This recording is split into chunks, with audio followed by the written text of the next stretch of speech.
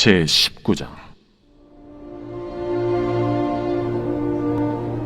이 일 후에 내가 들으니 하늘에 허다한 무리의 큰 음성 같은 것이 있어 이르되, 할렐루야! 구원과 영광과 능력이 우리 하나님께 있도다. 그의 심판은 참되고 의로운지라. 음행으로 땅을 더럽게 한 큰 음녀를 심판하사 자기 종들의 피를 그 음녀의 손에 갚으셨도다. 할렐루야!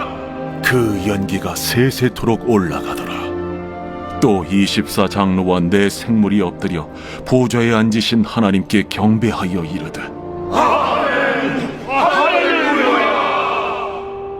보좌에서 음성이 나서 이르시되, 하나님의 종들 곧 그를 경외하는 너희들아, 작은 자나 큰 자나 다 우리 하나님께 찬송하라. 또 내가 들으니 허다한 무리의 음성과도 같고 많은 물소리와도 같고 큰 우레소리와도 같은 소리로 이르되, 할렐루야! 주 우리 하나님 곧 전능하신 이가 통치하시도다. 우리가 즐거워하고 크게 기뻐하며 그에게 영광을 돌리세. 어린 양의 혼인 기약이 이르렀고 그의 아내가 자신을 준비하였으므로 그에게 빛나고 깨끗한 세마포옷을 입도록 허락하셨으니 이 세마포옷은 성도들의 옳은 행실이로다. 천사가 내게 말하기를, 기록하라. 어린 양의 혼인잔치에 청함을 받은 자들은 복이 있도다. 이것은 하나님의 참되신 말씀이다. 내가 그 발 앞에 엎드려 경배하려 하니 그가 나에게 말하기를, 나는 너와 및 예수의 증언을 받은 내 형제들과 같이 된 종이니 삼가 그리하지 말고 오직 하나님께 경배하라. 예수의 증언은 예언의 영이다. 사랑의 하나님, 감사합니다. 오늘도 12월 20일 금요일 복된 하루를 우리 사랑하는 성도들이 허락하시고 오늘도 주신 말씀 붙잡고 또 거룩의 과정을 함께 출발하는 우리 귀한 성도들을 축복해 주옵소서. 이 시간 주님 말씀 앞에 섰습니다. 우리의 복잡하고 난해한 감정들, 또 주님이 기뻐하지 아니하시는 생각들, 이 시간 주님 앞에 온전히 내려놓고 오늘도 거룩한 주의 말씀으로 채움받는 은혜가 있게 하여 주옵소서. 예수 그리스도의 귀하신 이름으로 기도합니다. 아멘. 오늘 우리가 함께 나누게 될 요한계시록 19장 1절부터 10절까지의 말씀에 보면 4번의 할렐루야가 등장하는데, 사실 내용적으로 보면 3번의 할렐루야의 내용으로 가득 차 있는 바로 그런 본문이기도 합니다. 여러분 잘 아시는 것처럼 이 할렐루야라고 하는 단어는 바로 여호와를 찬양하라 라고 하는 히브리 단어이기도 하죠. 특별히 오늘 본문에서 3번의 이 할렐루야라고 하는 이 찬양의 내용이 담겨져 있는데, 특별히 유대적 관념 속에서 이 3번이라고 하는 것은 단순히 문자적으로 3번만 하나님을 찬양했다라고 하는 의미가 아니라 할 수 있음 만큼 하나님을 찬양했다라고 하는 의미가 내포되어져 있는 겁니다. 예를 들면 사도 바울이 하나님 앞에 내 안에 있는, 내 육체 안에 있는 이 가시를 제거해 달라고 하나님 앞에 3번 기도하잖아요. 그런데 그 3번이 단순히 문자적으로 3번만 기도하고 마무리했다라고 하는 것이 아니라 내가 하나님 앞에 할 수 있을 만큼 최선을 다해 하나님 앞에 내 육체의 가시를 제거해 달라고 기도했다라고 하는 바로 그런 의미가 내재되어져 있는 표현이기도 합니다. 우리 사랑하는 성도 여러분, 여러분들은 언제 할렐루야라고 하나님을 찬양하십니까? 할렐루야라고 하나님을 찬양했을 때 여러분의 감정의 상태는 어떤 상태입니까? 아마 100% 기쁘고 즐겁고 감사한 일이었을 때 하나님을 찬양한다고 할렐루야 외칠 것입니다. 정말 우리가 하나님을 찬양하는 이 할렐루야의 외침은 우리의 감정이 너무나 즐겁고 행복할 때 고백할 수 있는 것이죠. 예를 들어 여러분이 승진했다거나 아니면 성공했다거나 아니면 돈을 많이 벌게 됐다거나 아니면 시험에 합격했다거나 또 여러분의 자녀들이 좋은 대학에 들어갔을 때 여러분 하나님 앞에 할렐루야 감사합니다 찬양하시죠. 자, 그렇게 승진했을 때, 성공했을 때, 돈을 많이 벌었을 때, 시험에 합격했을 때, 내 자녀들이 좋은 학교에 들어갔을 때 하나님을 찬양한다라고 고백하는 그 할렐루야의 믿음, 굉장히 중요하고 좋은 믿음입니다. 그런데 여러분, 제가 드리고 싶은 말씀은, 자, 그러면 그러한 환경과 여건이 내게 주어지지 않으면 과연 우리는 할렐루야라고 찬양할 수 있겠는가라는 것이죠. 제가 대학원 시절 때 한국에서 학교 다닐 때 설교 이론과 실제라고 하는 이 수업이 있었습니다. 근데 이 수업은 보통 당시 전도사님들이 별로 즐겨 듣는 그런 수업이 아니었어요. 왜냐하면 숙제도 많고, 그리고 한 주 내내 해야 될 것도 너무나 많고, 그래서 다른 과목에 영향을 미칠 수 있기 때문에 많은 분들이 왜 가급적이면 피해 갈 수 있는 과목 중에 하나가 바로 설교 이론과 실제라고 하는 과목이었습니다. 그런데 당시에는 제가 굉장히 설교에 관심이 많았고 또 배움에 열정도 있었기 때문에 그럼에도 불구하고 이 과목을 선택해서 수강을 했는데 굉장히 많이 배웠던 시간들이었어요. 자, 그런데 이제는 설교 이론의 실제라고 하는 과목이 거의 마무리되어져 갈 때 학교적인 차원에서 설교 특강의 세미나를 연 적이 있었습니다. 그래서 한국에서 내노라 하는 기라성과 같은 이런 설교자들이 오셔서 함께 강의도 해주시고 또 특강도 해주시고 또 자신의 설교의 노하우도 알려주시는 그런 시간들이 있어서 저는 개인적으로 굉장히 좋은 시간이었었어요. 그런데 그 기라성과 같은 강사진 중에 가장 마지막으로 이 강단에 올라오신 분이 누구냐면 바로 지금은 소천하셨지만 고 하용조 목사님이셨습니다. 근데 하용조 목사님이 그때만 하더라도 하루에 3번씩 혈액을 투석하셔야 될 때였고요. 그리고 몸이 굉장히 약해 있었던 시간이었고 누가 보더라도 병색이 굉장히 얼굴에 짙게 드리워져 있었던 그런 시간이었습니다. 이제는 마지막으로 강사로 소개받아서 하용조 목사님이 올라오셨는데 당시에 빼곡하게 강당을 채우고 있었던 전도사님들 또 우리 목회자 후보생들에게 제일 먼저 해주셨던 말씀이 뭐냐면 할렐루야라는 것이었어요. 할렐루야. 다른 강사님들은 오셔서 자신의 어떤 설교의 노하우와 강의를 해줄 때 학생들이 정말로 하나도 빼짐없이 받아 적느라고 정신이 없었거든요. 그런데 고 하영조 목사님이 올라오셔서 할렐루야라고 하는 그 한 말씀을 외치고 그리고 약간의 침묵이 흘렀습니다. 그때에 여기저기에서 눈물을 훔치는 일들이 일어나게 되고 그 할렐루야 하나님을 찬양합시다 라고 하는 그 한마디 말에 많은 우리 전도사님들이 자신의 모습을 돌아보며 또 회개하고 또 은혜를 누렸던 그런 시간들이 있었습니다. 왜 그랬을까요? 우리가 충분히 할렐루야를 외칠 수 있는 상황 속에서는 할렐루야라고 외칠 수 있지만 도저히 외칠 수 없는 상황 속에서도 할렐루야를 외쳐주셨던 그 믿음의 고백이 진정한 찬양이 아니었을까라는 것이죠. 우리가 할렐루야라고 하는 이 찬양을 고백할 수 없는 상황과 형편 속에서도 하나님을 찬양할 수 있는 이유는 바로 내가 맞닥뜨린 이 모든 상황을 구속사적인 관점으로 해석하고 바라볼 때에 그것이 가능할 수 있다는 것입니다. 사랑하는 성도 여러분, 여러분은 언제 하나님을 할렐루야라고 외치십니까? 자, 오늘 본문 말씀에 보면 오늘 하늘의 허다한 무리들이 하나님을 찬양하는 이 할렐루야의 고백이 언제 고백되어졌는지 자, 2가지로 한번 생각해 볼 텐데요. 첫 번째, 자, 1절과 2절 말씀을 제가 한번 읽어보겠습니다. 이 일 후에 내가 들으니 하늘의 허다한 무리의 큰 음성 같은 것이 있어 이르되 할렐루야 구원과 영광과 능력이 우리 하나님께 있도다. 그의 심판은 참되고 의로운지라 음행으로 땅을 더럽게 한 큰 음녀를 심판하사 자기 종들의 피를 그 음녀의 손에 갚으셨도다 라고 기록하고 있는 것입니다. 자, 이들이 언제 하나님 앞에 할렐루야 찬양을 했냐면 자신들에게 구원과 능력의 모습이 임하고 나타나게 되었을 때에 하나님을 찬양했다라고 고백하는 것이죠. 자, 그렇다면 허다한 무리들에게 임한 구원과 능력의 모습이 어떤 모습으로 다가왔느냐? 자, 2절의 말씀에 보니까 음행으로 땅을 더럽게 한 큰 음녀를 심판하사라고 하는 모습으로 다가왔다라는 것이죠. 자, 그러니까 무너지지 않을 것만 같고 견고하게 서 있는 내 안에 철옹성과 같은 이 바벨론, 바로 이 음녀, 바로 이 내 안의 음녀가 심판을 받게 된 것이 바로 구원이다라는 거예요. 내 안의 음녀가 심판을 받게 된 것이 능력이다라는 것입니다. 자, 그렇다면 내 안에 이 음녀를 심판하고 내 안의 음녀가 하나님의 징계를 받은 이 사건이 구원이고 능력인데 그럼 이것이 구체적으로 어떻게 이루어졌느냐? 2절 마지막 부분에 보니까 자기 종들의 피를 그 음녀의 손에 갚으셨도다 이렇게 이야기합니다. 자, 자기의 종들의 피를 그 음녀의 손에 갚으셨도다. 자, 이 말의 의미가 무엇일까요? 자, 예를 들면 우리가 어떤 약을 먹고 굉장히 큰 효능을 발하게 될 때에 누가 가르쳐주지 않고 말하지 않아도 그 약에 대한 효능을 내가 다른 사람들에게 전합니다. 이게 바로 입소문이죠. 그래서 여러분 이 회사나 기업에서 굉장히 중요하게 여기는 것 중에 하나가 뭐냐면 그 제품에 대한 바로 소비자들의 입소문 아니겠습니까? 그러니까 너무나 좋으니까 이걸 말하지 않고는 버틸 수 없는 거죠. 자, 예를 들어 이런 겁니다. 어느 한 성도님이 진짜 인생 포기할 수밖에 없었던 상황 속에 예수 만나고 다시 새로운 인생을 살게 됐어요. 그래서 그 예수가 너무나 좋은 겁니다.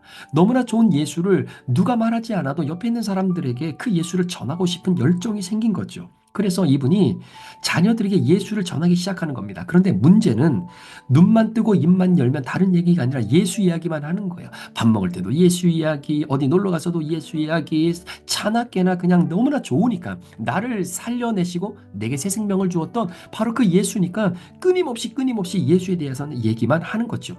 그러던 어느 날 자녀들이 그 이야기를 듣다가 더 이상 참지 못해 이제는 그 마음이 터져버린 거예요.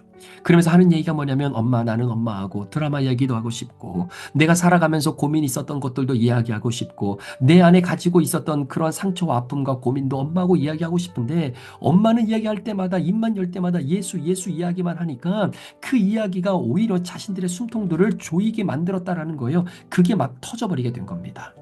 그런데 이 엄마는 그걸 전혀 모르고 있었던 거예요. 내가 만난 예수가 너무나 좋으니까 아이들에게도 예수 믿어야 된다, 예수 만나야 된다, 예수 믿고 구원받아야 된다, 교회 가야 된다. 자고 일어날 때마다 입을 열 때마다 이 이야기만 하니 이 자녀들이 이게 숨통이 조여와서 도저히 살 수가 없었다라는 이야기를 그때서야 알게 되는 것이죠.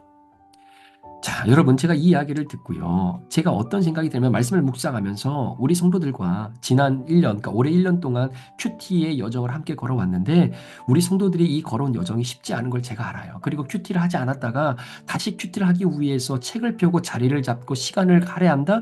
여러분 이거 굉장히 어려운 겁니다. 습관이 되어 있지 않는 상황 속에 이걸 습관으로 만들어내는 것이 사실은 쉽지가 않다라는 것이죠.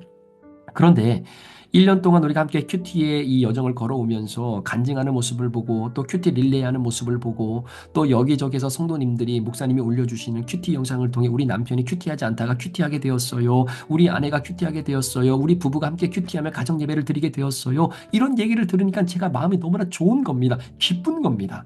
자, 그러면서 제 안에 살포시 드는 생각이 뭐냐면 혼자 큐티하는 거 힘드니까 우리 성도들이 은혜 받을 때 마치 달리는 말에 채찍을 가한다고 더 내가 좀 좋으면 되겠구나.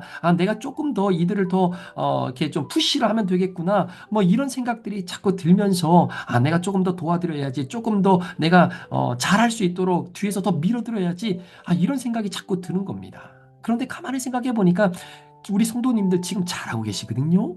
큐티 너무 잘하고 계시거든요. 여러분 큐티를 비움, 채움, 나눔, 적용이라고 하는 이런 스텝을 밟아서 하는 거 쉽지 않아요. 정말 쉽지 않습니다. 그런데 그럼에도 불구하고 교회에서 담임 목사가 이렇게 한번 해보자고 하니까 거기에 맞춰서 함께 팔로우를 해주는 그 모습을 보면 너무나 감사한 거지요. 진짜 잘하고 계세요. 너무나 잘하고 계세요. 그런데 그렇게 잘하고 계시는 분들에게 이번 기회에 은혜를 받았으니까 더 은혜 받도록 내가 조금 더 강조하고 더 밀어드리고 더 소위 죄송합니다 이런 표현 써서 제가 더 좀 쪼고 이래야 되겠구나라고 하는 게 어느 순간 내 열심이고 그것이 내 열정이구나라는 것이 느껴지게 된 거예요. 그걸 어떻게 알게 됐냐면 다른 무엇이 아니라 정말로 내가 만난 예수가 너무나 좋은 거예요. 그런데 그 만난 예수를 밤낮 없이 자녀들에게 전했을 때 그 자녀들이 오히려 그것 때문에 숨통이 쪼여져서 살아갈 수가 없다라고 고백할 수밖에 없게 만들었던 그 상황이 고스란히 내 모습을 바라보게 하는 것 아니겠습니까? 자, 사랑하는 여러분, 바로 이 부분이 그런 부분입니다. 첫 번째 허다한 무리들이 하나님을 할렐루야라고 찬양할 수 있었던 것은 내 죄를 보게끔 하는 자기 종들의 피가 있었기 때문이다라는 거예요. 여러분 자기 희생으로 인해서 남의 죄를 보게 하는 것, 나의 죄를 깨닫게 하시는 것, 나의 죄를 깨닫게 하기 위해서 다른 이들의 죄를 드러내 주셔서 그걸 보고 내 죄를 깨닫게 해주시는 사람이 내 안에 있다면 여러분 그것은 굉장히 은혜고 그게 바로 할렐루야 하나님을 찬양할 수 있는 유일한 하나님의 고백 아니겠습니까? 우리가 살아가면서 내가 내 자신을 객관적으로 바라보는 것이 쉽지 않습니다. 여러분이 여러분 자신의 죄를 객관적으로 바라볼 수 있는 것이 불가능할 때가 너무나 많다는 거예요. 그래서 나는 죄를 짓지 않고 있는데 다른 사람은 죄를 짓고 있다라고는 볼 수 있지만 그 사람이 지은 죄를 통해 내가 짓고 있는 죄를 바라볼 수 있는 것이 얼마나 우리에게 큰 은혜인지를 모르는 것입니다. 오늘 2절 마지막 부분에 자기 종들의 피를 그 음녀의 손에 갚으셨도다. 자신의 피가 아니라 자기 종들의 피를 통해 음녀에게 갚아주심으로 말미암아 우리에게 구원과 능력이 임하게 되었다는 것을 깨닫게 될 수 있는 것, 이것이 바로 할렐루야, 주님을 찬양할 수 있는 방법이고 바로 이유다라는 것이죠. 기도하기는 여러분의 브릿지 가운데에 여러분은 여러분이 짓고 있는 죄가 뭔지 몰라요. 내가 내 죄를 객관적으로 보는 것이 쉽지 않아요. 그러나 여러분 브릿지 안에 누군가가 내가 짓고 있는 죄를 고백할 때에 그 고백을 통해서 내 죄가 발견되고 내 죄가 깨달아질 수 있는 은혜가 있다면 여러분 그 자체가 하나님께 할렐루야 외칠 수 있는 소중한 기회라는 것을 여러분 기억하시고, 그 아름다운 은혜가 여러분 브릿지 가운데, 여러분 가정에서 드리는 예배 가운데 남편의 죄의 고백을 통해 아내의 죄가 드러나고, 아내의 죄의 고백을 통해서 남편이 갖고 있었던 죄의 모습이 드러나고, 부모님을 통해 자녀가 자녀를 통해 부모님들의 죄가 드러나는, 그래서 내 죄를 객관적으로 보지 못했던 그 시야를 열어주는 누군가가 우리 브릿지 안에, 우리 가족 안에 있다는 것 자체를 하나님 앞에 감사할 수 있는 할렐루야의 고백이 아름답게 펼쳐지기를 축원합니다. 두 번째로 이 허다한 무리들이 하나님을 향해 할렐루야라고 고백할 수 있었던 것이, 자 4절과 5절을 제가 읽어볼게요.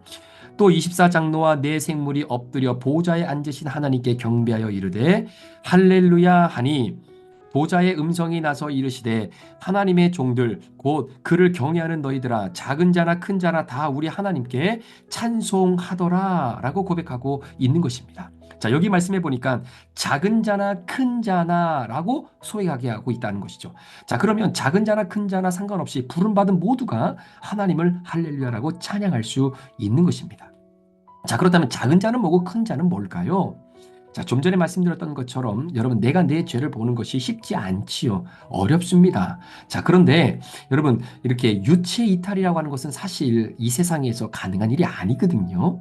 자, 그럼에도 불구하고 진짜 유체 이탈, 내 영혼과 육체가 분리되어질 수 있는 일이 만약에 이루어질 수 있다라고 한다면 진짜 내 죄를 내가 객관적으로 볼 수 있는 또 다른 나를 경험하게 되겠죠. 그런데 우리가 살아가는 이 세상에는 여러분 이것이 가능하지 않다라는 것입니다. 가능하지 않다라는 것이에요. 내가 내 죄를 보는 것이 객관적으로 가능하지 않다라는 것입니다. 자, 그런데 여러분 한번 생각해 보세요.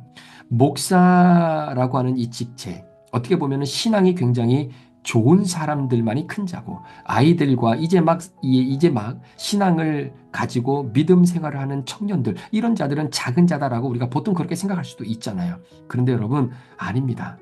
교회 내에서 죽어가는 사람이 있다면 여러분 그 사람을 누가 살리겠어요? 여러분 교회 안에서 영적으로 죽어가고 있는 사람이 만약에 큰 자다라고 생각한다면 그 큰 자를 살릴 수 있는 자가 누가 있겠느냐라는 겁니다. 자, 오늘 본문 말씀에서 작은 자나 큰 자나 다 우리 하나님께 찬송한다라고 하는 말은 무슨 말이냐면요, 우리가 평상적으로 생각하고 있는 큰 자와 작은 자, 자 목사, 장로, 권사, 집사, 교회를 오래 다니고 직분을 갖고 있는 사람들은 큰 자, 그리고 어린아이들, 그리고 이제 막 신앙의 여정을 걸어가는 사람들은 작은 자, 이렇게 우리가 보통 생각을 하잖아요. 근데 그게 아니다라는 겁니다. 여러분 오늘 성경이 우리에게 말하고 있는 것은 뭐냐면 큰 자나 작은 자나 다 할 것 없이 우리 하나님을 찬송할 수 있다라는 것. 자, 이것이 첫 번째 할렐루야를 외쳤던 내용과 한번 연관지어서 생각해 보면 이런 겁니다. 아무리 목사라 할지라도, 장로라 할지라도, 직분을 맡고 교회에 오랫동안 신앙생활을 했다 할지라도 영적으로 죽어갈 수 있어요. 그런 죽은 자를, 죽어가는 자를 살려낼 수 있는 사람은 누구냐면 살아있는 자가 살리는 겁니다. 살아있는 자가 살리는 거예요. 큰 자가 작은 자를 살리는 것이 아니라 작은 자라 할지라도 죽어가고 있는 큰 자를 살려낼 수 있는 사람은 살아있는 작은 자들이 살려낼 수 있다라는 것입니다. 여러분 혹시 아십니까? 목사라고 하는 직책은 늘 살아있는 직책이라고 생각하잖아요. 그런데 여러분 목사라고 하는 직책을 갖고 있음에도 불구하고 누구보다도 가장 우울증에 빠져 있고, 그리고 마음에 상처가 있고 마음의 우울함감을 가지고 살아가며 죽어가고 있는 사람이 될 수도 있다라는 거예요. 여러분 그래서 권위주의가 굉장히 위험한 겁니다. 목사는 하나님이 주신 영적 권위가 있어요. 권위는 중요하지만 그 권위를 가지고 권위주의적인 행위를 하는 것이 굉장히 위험하다라는 거예요. 특별히 신비주의나 권위주의에 빠진 목회자들이 가지고 있는 큰 패단이 뭐냐면 내가 죽어가고 있는 큰 자예요. 여러분 큰 자는 안 죽어갑니까? 큰 자는 늘 성령 충만합니까? 여러분 큰 자는 늘 말씀이 충만합니까? 아니에요. 큰 자들도 여러분 죽어가고 있을 때가 있다라는 거예요. 목사도 죽어갈 때가 있다라는 겁니다. 그렇다면 그렇게 죽어가는 자를 누가 살리겠느냐라는 거예요. 누가 살리겠느냐라는 거죠. 그게 바로 작은 자라는 거예요. 작은 자라는 겁니다. 하나님을 찬양하는 자는 큰 자나 작은 자나 상관없이 여러분 성령 충만하면 누구나 죽어가는 자를 살려낼 수 있는 거예요. 자녀들을 통해서 부모가 살림을 받을 수 있는 거고요. 이제 막 신앙을 여정을 걸어가는 청년들과 어린아이들을 통해서도 여러분 정말로 우리 큰 자들이 죽어가고 있는 큰 자들이 살아나게 되는 영광과 은혜를 경험하게 되는 것입니다. 여러분 그런 것 아닌가요? 우리 아이들이, 또 우리 자녀들이, 우리 청년들이 나의 죄를 고백하고 하나님의 은혜를 깊이 경험하는 그 믿음의 고백을 통해서 내 큰 자인 나의 모습을 바라보며 내가 다시 죽어가고 있는 영혼을 살려낼 수 있는 은혜를 경험하게 되는 것, 이게 바로 5절 말씀에 큰 자나 작은 자나 다 우리 하나님께 찬송하더라라는 거예요. 사랑하는 성도 여러분, 정말로 목사는 죽어가는데, 여러분 정말로 목사는 죽어가는데 여러분 집사가 살려내잖아요. 그것이 바로 큰 자인 겁니다. 살아있는 자와 죽은 자를, 살아있는 자가 죽은 자를 살려내는 거예요. 그게 바로 주의 종인 것입니다.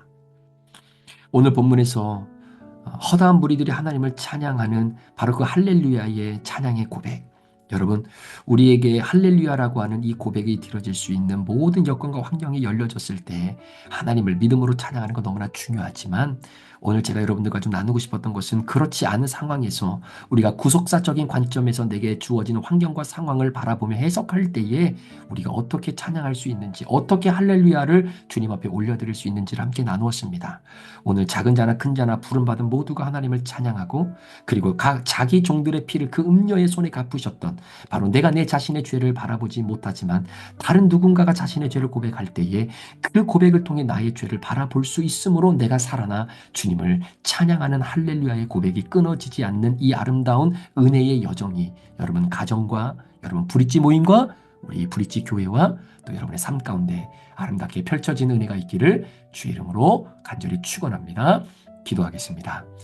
하나님 아버지, 오늘 하루를 살아가는 우리 성도들의 입에서 할렐루야, 하나님을 찬양합니다, 믿음의 고백이 오늘도 선포되어지길 원합니다.